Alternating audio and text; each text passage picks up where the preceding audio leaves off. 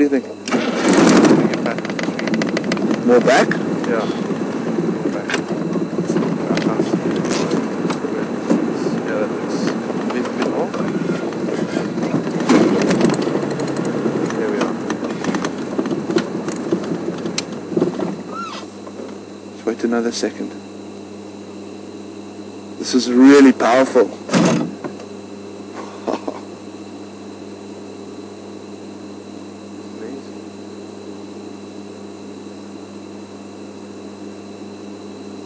It's also pretty cool to see how much light that lightning actually gives off.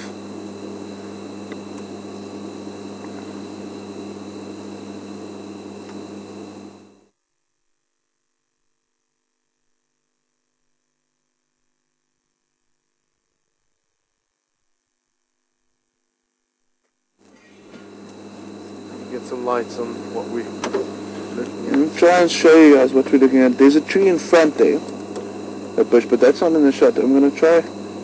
See, that's a bush.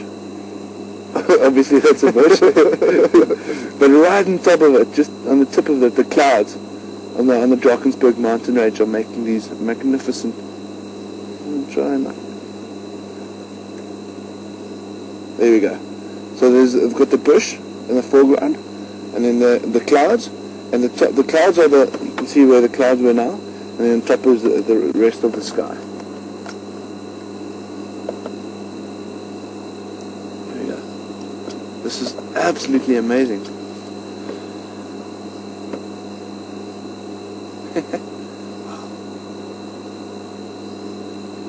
Bring into comparison, if I look around me right now, I can't really see much. I'm going to put off the lights of the car. I can't see much at all. It's pretty much dark. I can see the faint outlines of the trees.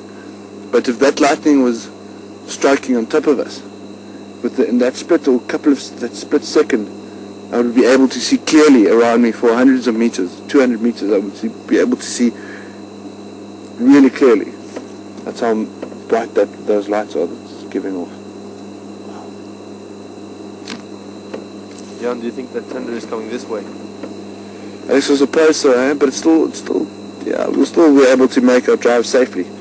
But I definitely think so. I think it's definitely making us this way. Normally comes from that side. Thunder normally comes because that's a big mountain range there. Oh, that looks really fantastic.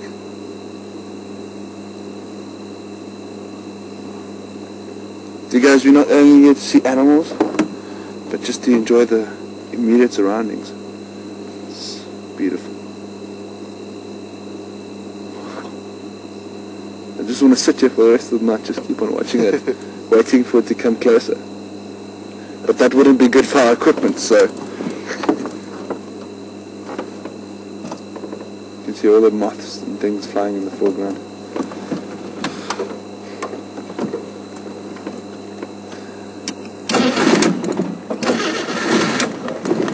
Let's carry on, Alex.